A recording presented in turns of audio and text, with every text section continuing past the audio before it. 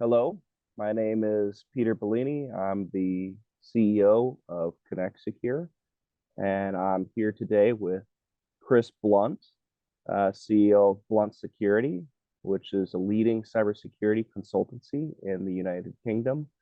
Chris is, intimately familiar with the Cyber Essentials framework. He's a licensed cybersecurity assessor, holds both the CISSP and the CSTM qualifications, as well as running his own MSP for many years over in the UK. So, he brings a wealth of experience when it comes to both the day-to-day life as an MSP and then also as a cybersecurity consultant. So, thank you for being here today, Chris, and appreciate you joining us. Pleasure. Thank you for the invite, Peter. I guess to start off, Chris, what exactly is Cyber Essentials, and why should MSPs over in the UK be interested in pursuing that for their business partners? So as its very basic form, Cyber Essentials is then the minimum cybersecurity standard that the UK government recommends all organisations meet. So it then sets out some sort of very clear minimum things which you should put in place as an organisation to help stop you being the victim of some of the most common cybersecurity attacks. So I guess you could think of it as just sort of taking care of a lot of the low hanging fruit, a lot of the easy ways in for threat actors to potentially breach that business. Yes, absolutely. It is, sort of most of the attacks that then do happen are not through something kind of complicated or sort of high tech. They are sort of using those open doors, using those open windows, and sort of people leave open. And then what sort of Cyber Essentials does is it just gives you a really simple framework designed to be an education process, really, to sort of show people what then those really kind of basic things that they should have in place. Similar to putting locks on your doors, similar to putting locks on your windows, it's the same for then the cybersecurity in your business. That makes sense. Yeah, you gotta make sure you have the front door locked when you go to bed at night. Maybe have a few cameras set up. That makes sense though, right? You make it just a little bit harder so that if there is, a robber going down the neighborhood, trying to jangle each home's front door, if the front door is locked, they're probably going to go move on to the next house. But if you don't have it locked, you got a big old target on your back. Yeah, So, I remember when we got burgled here at home, and when we had the police round, they said to us, stand outside your house, look at your neighbour on the left, look at your neighbour on the right, and then just make your house look sort of less attractive to them. And that that's what makes sort of Cyber sense. Essentials helps us do for our And it business. kind of goes in the name too, right? Cyber Yeah. essentials. What are the essentials to be cyber secure? Um, that's kind of that's a good analogy there. I like that a lot. I guess diving a little bit more into the depths here, could you go over some of the main core components of what make up the cyber essentials framework? So it's about how we protect you from then internet-borne threats. So that starts by looking at your firewalls, looking to see how you've got your firewall configured. How do we protect your internet connection? So we first look at how we protect your internet connection, Mm-hmm. looking at your firewalls, how are they configured? Have they got the basic controls in place? And we then look at how you configure your devices. Have you got the basic security controls in place and then configured properly on all your devices? And we're then looking at whether you keep stuff up to date. As we know, most of our attacks happen against something which has already been fixed. It's just that people have not applied that. So we look to make sure that you are keeping everything up to date. And we then move on to looking at user access control. And what are we doing to then make sure people have only got access to the things that they need to, that they've got good secure passwords, that you've got things like multi-factor authentication in place. And then we also look at the malware protection that you have in place. And those are the 5 key areas. No, that makes sense. Just, 5 pretty basic but powerful controls to kind of knock out a lot of the easy ways in, or at least focus on, I guess, what we like to say is the 80-20 rule. It's like focus on the 80% of things that are going to cause problems or, going to drive results, as opposed to the 20% that are much harder to do and don't nearly have as much impact. But a lot of the things that you listed off there that are in cyber essentials are incredibly important, particularly, with user access controls, firewalls, making sure things are up to date, incredibly important. And then you find that then a lot of people have got most of those in place. It's just they've not got everything. I guess this kind of puts it into a framework of making sure, right, all those boxes are checked. They may have two or three, but in order to make sure all five are checked, it's like, going back and doing your homework in school. Have you checked off each and every one of these questions? Have you, ensured that all your bases are covered, Yeah. as opposed to just doing one or two things? Bring it back to your house. So you might have walked out, and then you might have been and double locked the front door. As that's all nice and safe and secure. But then sort of no one went to check that the window over the flat roof has then actually been left open. Oh, it makes sense. Yeah, do a full check there, and then also be nice if there was a system where it would kind of just alert you on your phone saying, "Hey, I see you're no longer at home. Your window's still unlocked. Yeah. Uh, might want to go back and check on that before somebody breaks in." It's a good I'm sure there's a analogy business model there somewhere. that you could make that a nice business. I mean, ADT's kind of got that in America, but they haven't evolved it to be more mature over the years. It just, if you break in the front door, it makes a loud noise and calls the cops. Making it a full blown, modern suite where it alerts you on these things would be that might be a good business there in the future. Yeah, you heard it here first.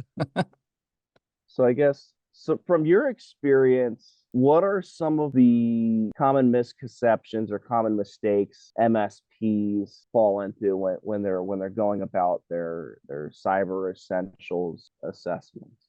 So then in terms of their own business, one of the things MSPs struggle with most is then about managing user accounts. So I've seen a lot of MSPs, and well, they'll have a single account, which then sort of multiple techs access in order to manage clients. And with sort of Cyber Essentials says you have to have individual unique accounts. Mm-hmm. So that's a common kind of area which then MSPs tend to sort of struggle with a little bit to sort of start with. And then in terms of where they're not compliant themselves as well. So often some of their services might not be using MFA. So they think they are, but then when you actually come to check it properly, you find it's not in place. Or you've got someone who's actually been and turned it off because it was annoying them.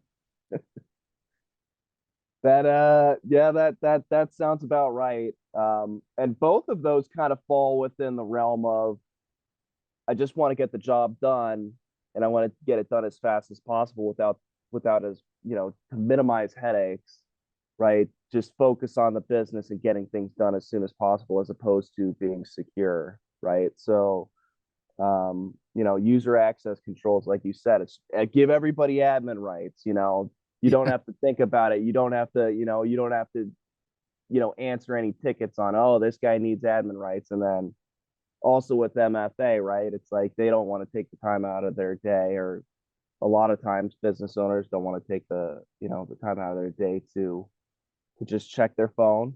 And you can then bring it down to keeping things up to date.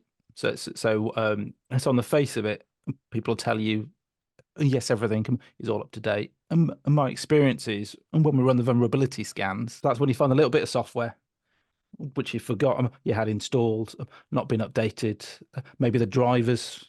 It's then a couple of years back, we went through a phase of finding lots of wireless drivers which were not up to date. And there were some really quite nasty vulnerabilities in there. That's just because they'd not thought to check the laptop manufacturer. They got driver updates that we need to download and install them. That makes sense. Yeah, just old technology. And then another one I do hear from some of our UK partners a lot is unused software that's still sitting on their machine, right? So it's like Oh, for sure. old machines, and then old pieces of software that are no longer in use in the business is something we hear a lot about. As far as just, I don't know, I guess you could say doing your basic housekeeping, making sure everything is up to date, everything is cleaned up. Well, it also goes a stage further than that. Then you might have had old software and which you then have removed, but it's not removed the old libraries. So you often find old versions of then the Microsoft OLE libraries. You often find old versions of sort of .NET and stuff like that. And it's just all those things which are not being cleaned up properly. Yes, the software uninstall should have done it, but it but it often doesn't doesn't. always do it. Yeah. Could you give us an overview of the certification process for Cyber Essentials? What would a how does the MSP IP service provider fit into the equation of getting their clients Cyber Essentials certified? And also I know there's basic Cyber Essentials and then there's Cyber Essentials Plus. So I guess kind of go over the differentiation between those two as well, and how the MSP can play a role in each of those. Yeah, sure. So it's so as you said, then then you then do have the two levels. Whether it's the MSP going through Cyber Essentials themselves, and whether it's their client going through it, it is the same process. So you always have to do the self-assessment first of all. Then the self-assessment, then sort of roughly around 100 questions, in which you get asked things like, do you do this, yes or no? Or you will then get asked to then describe the process of sort of how do you make sure that this happens. And that's just you honestly saying whether you do those things or not, how you do them. You will then submit that self-assessment and you will sign to say that your answers are all sort of true and correct. And that then goes to an assessor to mark. They will then sort of look at the answers that you've written, and they will then say whether that meets the standard or not. That is then known as then the self-assessment. That's the first level of Cyber Essentials. You've sort of done the checks yourself to say, yes, I meet this standard. Here is me saying, yes, I meet it. And then I've sort of signed to say that that's true. Level 2 is then the Cyber Essentials Plus certification. It is then the exact same requirements. However, you will then get an assessor like myself who will then come in. We will then run some checks to actually verify that you have met the standard. So that's where we'll run things like vulnerability assessments. That's when we'll do things like ask you to show us your malware protection. Let's see how it's actually configured. When did it last do an update? Show us the version numbers of your operating systems. Are those up to date? So that's where we check. That's where we check to see that you have actually met that standard. And we do that over then a sample of your devices. So if you've got like 100 devices, then we don't test every one. We will just take a random sample of kind of several different devices. Okay. So I guess you could kind of, and I think that third party assessment, right, where there's no conflict of interest, right, with if you're checking your own, if you, I guess the way I would look at it is, right, you got a Cyber Essentials, which is like doing homework, right? You're checking your own work. You're able to go back, and ensure you have the right answers. And if you do have something wrong, you can go back and remediate that so that it is within Cyber Essentials compliance. But when it comes to Plus, you're going through that process, and if the third party assessor like yourself finds something wrong, you're gonna fail. And I assume if anything is not within scope of Cyber Essentials Plus when the assessor is going through it, you automatically fail that particular check, and you need to go through the process again. Yes. So fail is then a harsh word. So we see Cyber Essentials as an education process. It's about helping organizations do better within the cybersecurity. So we don't often outright fail people. What we do is we say, look, we've found this. This does not meet the standard. If you can go and put this right, then I can retest it and we can then get you passed. Okay. So it's sort of, it's instead of a pass fail, it's more of continuous improvement, right? So you as the assessor can come in and say, look, you did not meet the standards here, here, and here. Go back and fix it, and then perhaps work with the MSP here, which you also work as an MSP. I assume in this case though, those two need to be separated, right? You can't be the MSP and the assessor. Yes, so there isn't actually anything stopping an MSP from actually being a client assessor as well. The only thing that you can't do as an assessor is is that then you can't assess your own business or any businesses which you're related to in terms of the management of them. Okay. However, sort of one of the things for me when I actually sold my MSP was that then I did want it separate. So I wanted to get out of the running the MSP, and then I want to be able to stand up and say, "Look, I am truly independent." So that's why I work with MSPs, which will then do the assessing themselves, and I also work with MSPs, which then want to outsource it to an independent third party. Um, Either of those is then fine. It's just a slightly different sales and marketing pitch on each one. Okay, that makes sense. Um, But at the end of the day, right? If you as the assessor find something wrong, that business can go back, fix those things, and then you can come back the next month. There's yeah. no penalty or anything. They just it's about continue. So it's all down to the assessment body, to the assessor themselves. They get to make the decision as to whether they're going to outright fail you or whether they're going to give you a chance to put it right. One of the things that we do teach assessors when we take them through the training is that then it is an education process. You are there to help people improve, and that's what sets Cyber Essentials apart from then a lot of the other standards. Like if you do the ISO certifications, the auditors there are not allowed to tell you how to fix something. They can only tell you this is their non-compliant. They cannot tell you how to actually fix it. And whereas then Cyber Essentials, we can say, this does not meet the standard. We recommend that you go and do X, Y, and Z in order to meet the standard. But it is down to the assessor because obviously, if you've got a client which is constantly going round and round and round, that is not cost effective for anyone, really. So we No. do draw lines on it, but it is there to be. This isn't quite right. Go and fix this. So an example of that, I'll often run an audit, and I'll often find someone who's got local admin rights on their machine. Now that's not compliant. So she'll tell them to go and fix that. And then I'll go and test another machine. And after I've tested that machine, and then I'll come back and retest this one to then see that you have taken the admin rights off and I can now pass it. Okay. So I guess like as long as you're seeing just that continuous improvement, they're not just coming back to the assessment and not showing that they're bringing continuous improvement. As long as there's kind of like reasonable signs of improving, generally you'll stay engaged. Yes, sorry. I suppose I kind of so I suppose I misunderstood what you're about to ask me then. So to be clear, with Cyber Essentials is then a rule-based standard. So it says you must do this, otherwise you fail. Okay.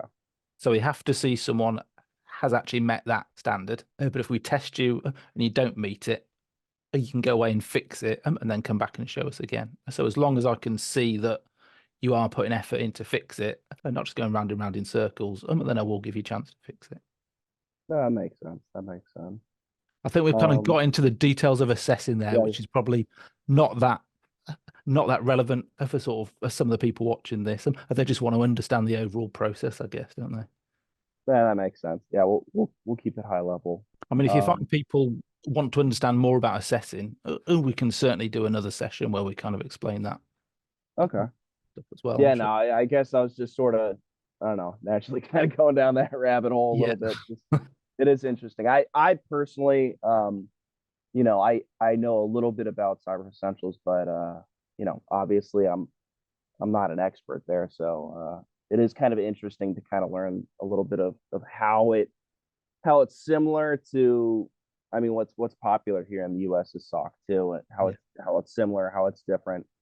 Because I know SOC 2 can be very cut and dry. If you don't meet the expectations during your observation period, you fail, Yeah. and then you can come back again, but it's pretty cut and dry a lot of times.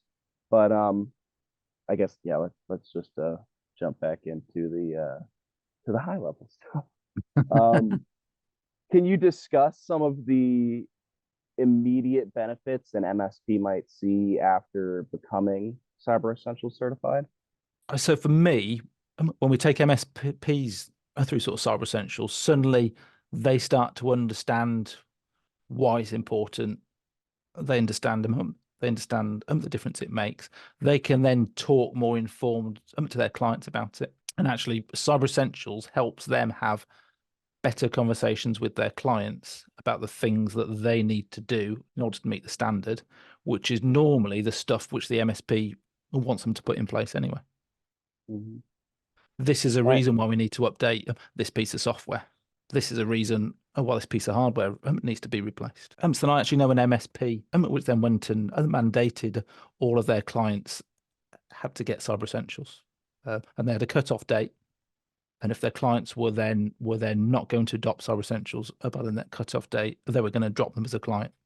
And they went and took that approach to say all of the clients that we work with will all meet this minimum standard. And then what happened was that then that MSP became known in their area as in the MSP, which then took cybersecurity seriously.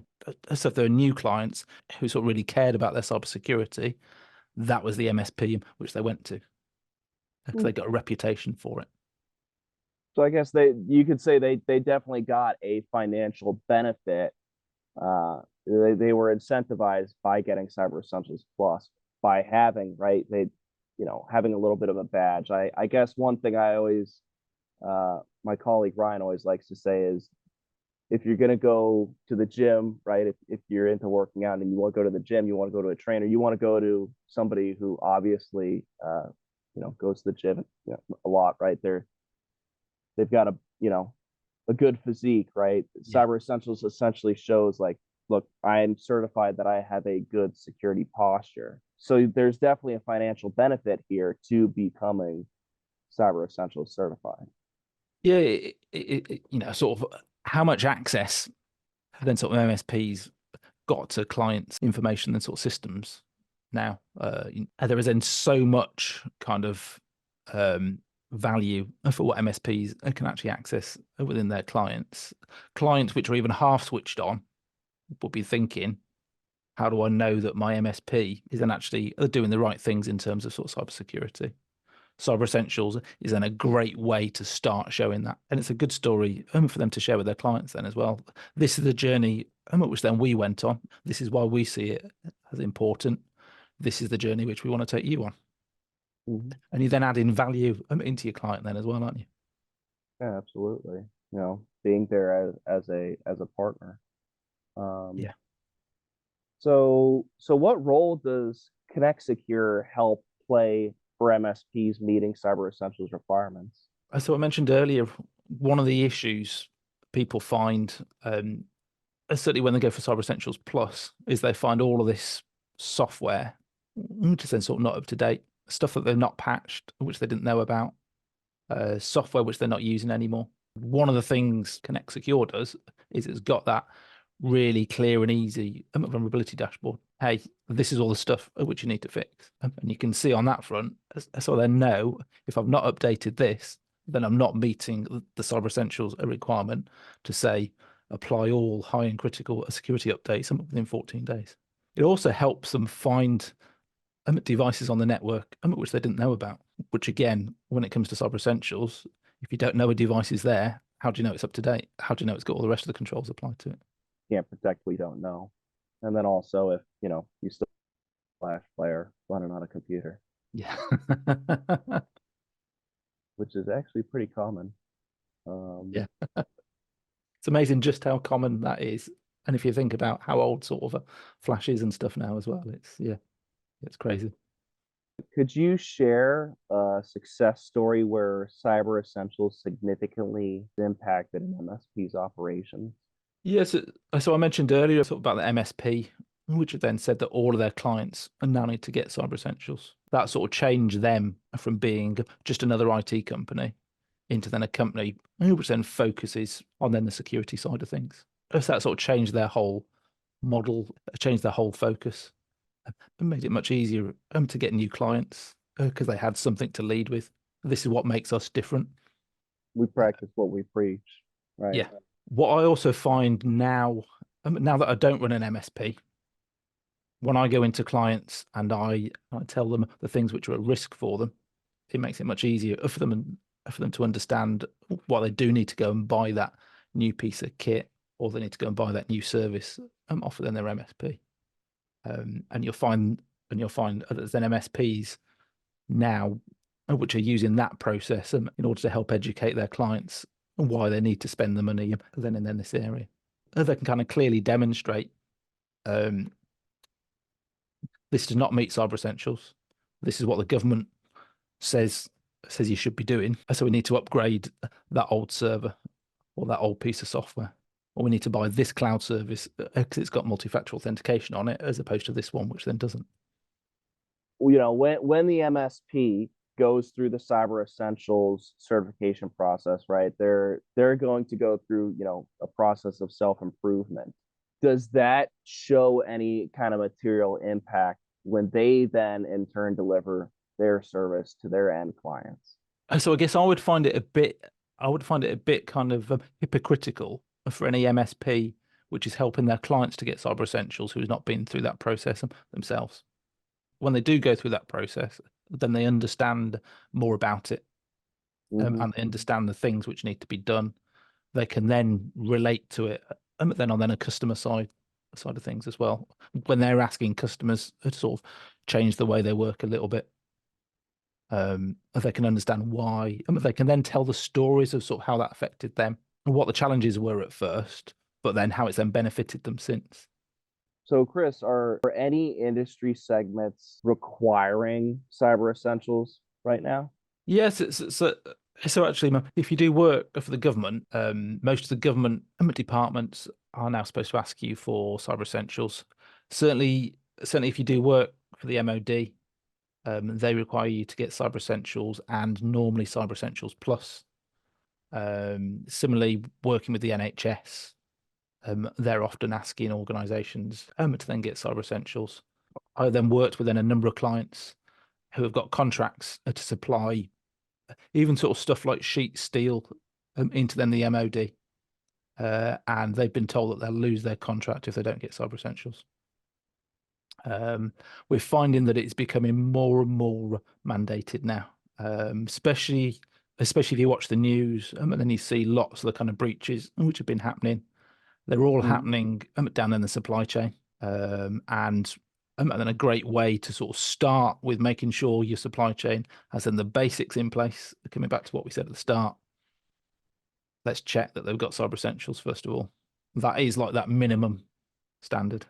And then you look at how a lot of these breaches happen. That the last year there was then a provider which then made chain link fencing. They got breached through then a Windows 7 device. Wow. Which is then not compliant with cyber essentials because it's an end of life operating system.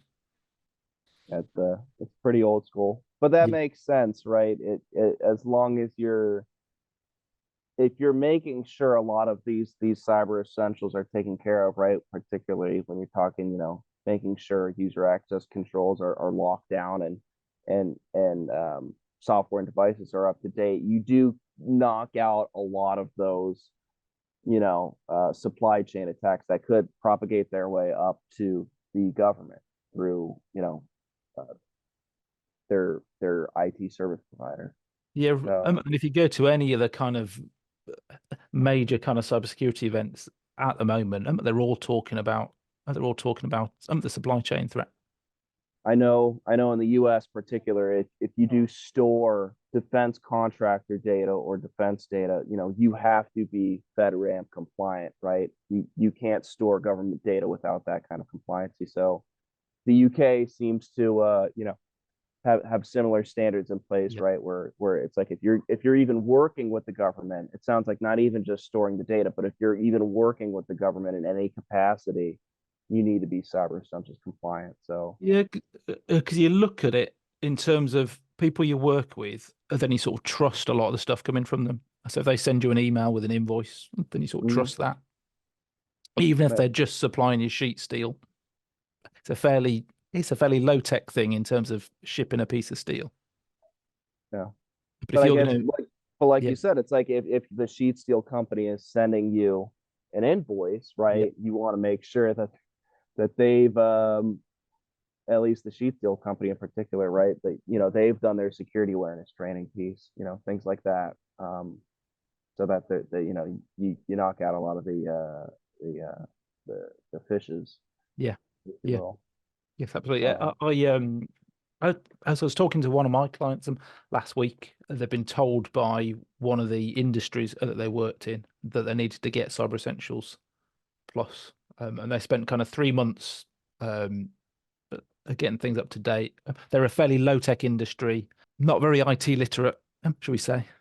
I'm then fairly sure that they won't watch this, so I think I'm safe. I think I'm safe saying that about them, even if they do realise who they are. Um, so we spent 3 months in, implementing Cyber Essentials with them, and off of the back of that, they've then won £10 million worth of business. And they've had to go and triple the size of the workforce to sort of handle the new business. And it's been a great kind of success story for them, and all because they were in an industry where it's fairly kind of IT illiterate, yeah, and they then stood out.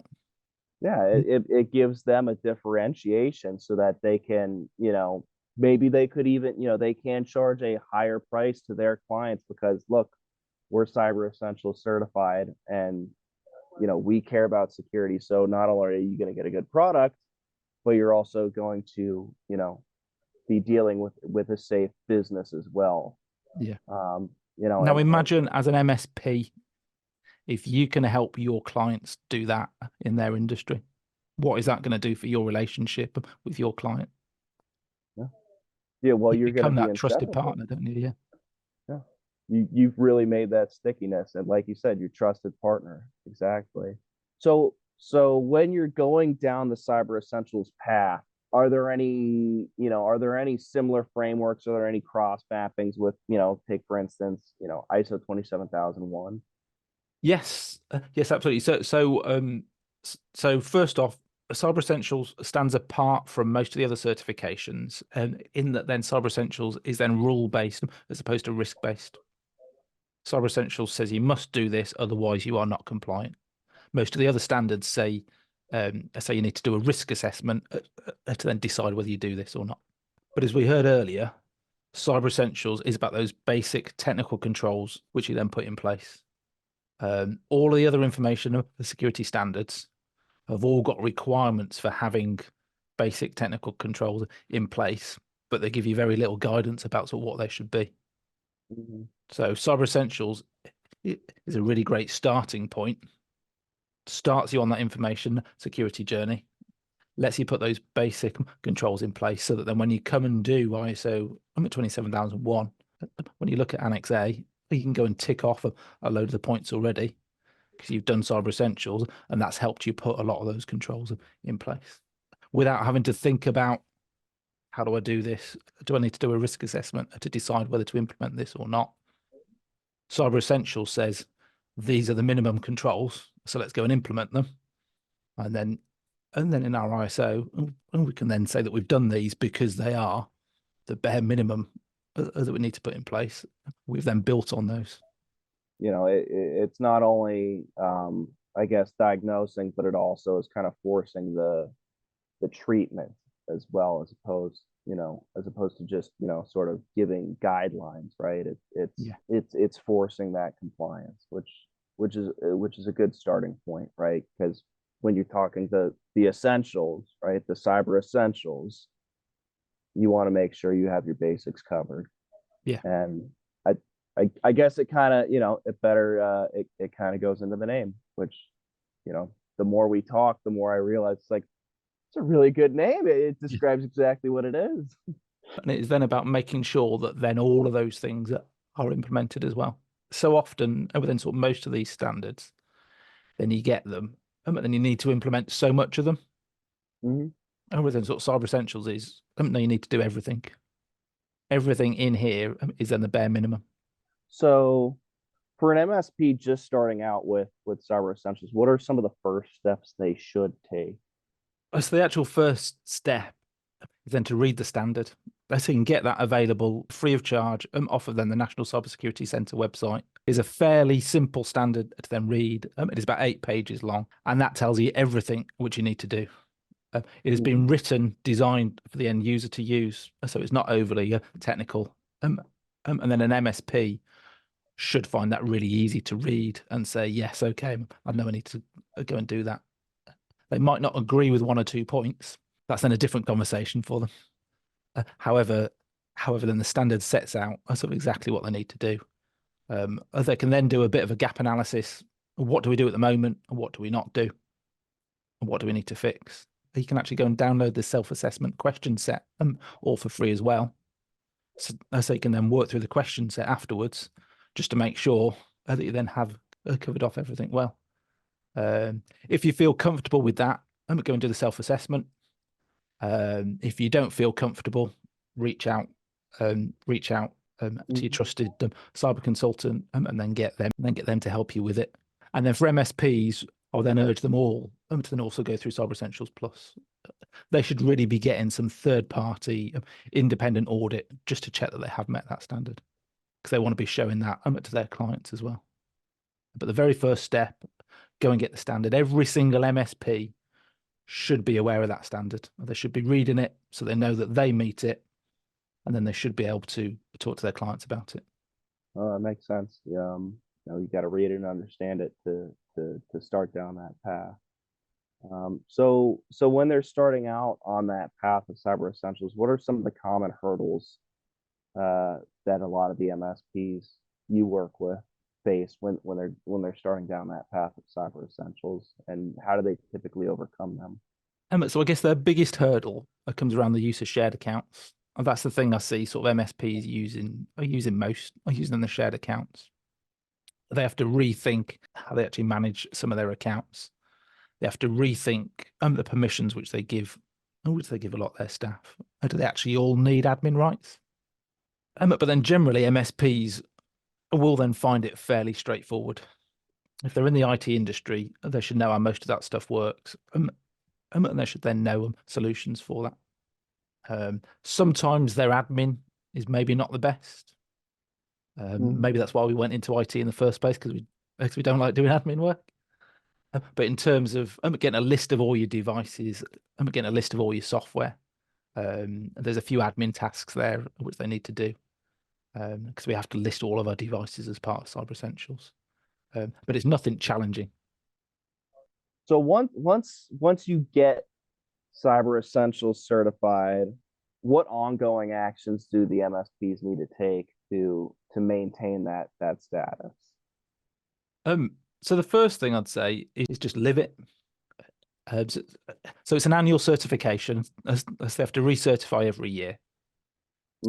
And they'll find that easiest if they then live it, if they then sort of really embrace it, and they're always thinking about how does that affect their Cyber Essentials compliance. It means that when they come round to renewal, it is just a simple thing of saying them what they do now, as opposed to having to go and fix stuff again. And then actually, if they're then living it themselves, they're also far more likely to be living it with their clients as well. Absolutely, yeah. You got to live it. Breathe it, eat it.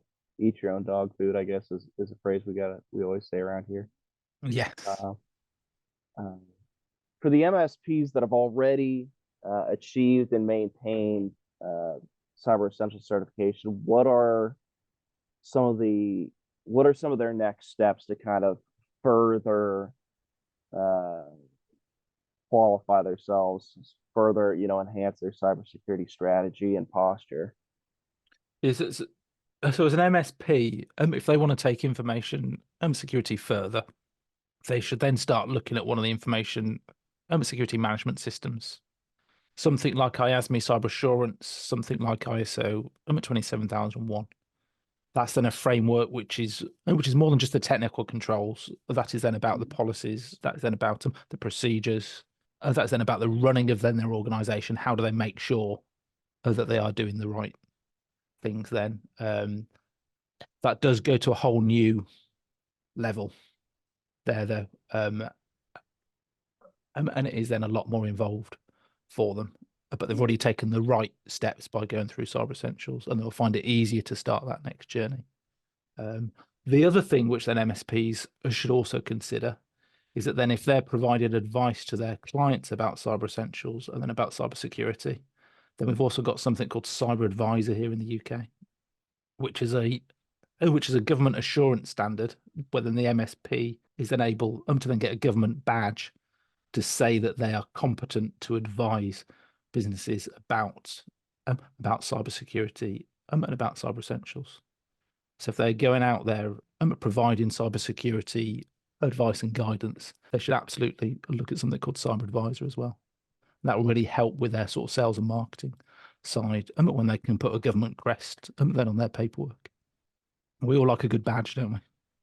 Yeah, people like like I guess we have Boy Scouts here in America, and the Boy Scouts, right? They got like the little sash across their side, and they all want to kind of load it up with as many badges as possible. And badges are nice, but um, also, like you said, it's a lot about living it as well. Yeah. And that's really, I think where the difference comes in place is when you start living it and really kind of practicing what you preach by ensuring those controls are held up every single day, and then going above and beyond of what's actually checked off on. Yeah. Yeah. And actually, going through something like ISO 27001, something like ISME Cyber Assurance, again, will then give the MSP experience to then help take their clients through it as well. If you're working in certain industries, a lot of your clients will likely also need to go through a similar standard. And so it sort of helps that you've understood that process with them, and you can then better advise them about stuff. First of all, Chris, I'd like to thank you for taking the time out of your day to provide a lot of that insight to us here and for the audience as well. So if I were to summarize a lot of what we talked about today is, one, it's in the name, right? Cyber essentials. It's the essentials. The analogy you drew earlier of, locking your front door, locking the bathroom window, right? These are the basics of what you would do when you leave your house to make sure it doesn't get, fertilized. But cyber essentials, it doesn't necessarily go into a lot of the more in-depth things like ensuring that backup is enabled on every device. That'd be one example. So cyber essentials, it focuses a lot on that 80%, the 80-20 rule, and what are all the low-hanging fruit that you can solve for with relatively low effort that are going to solve the majority of attacks. The second big point I took away from this is your other example of, right, you were working with a customer and they were in a particularly low tech industry where some of their competitors were not cyber essentials certified yet, but your client ended up they worked with you to get that certification, and they were able to use it as a differentiator to win more business, substantially more business.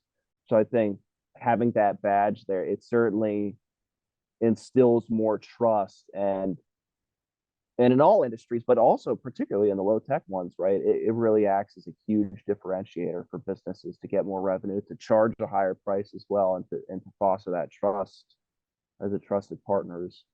And the final takeaway is that, more and more businesses and more clients of the MSPs, they're going to need to get Cyber Essentials certified. So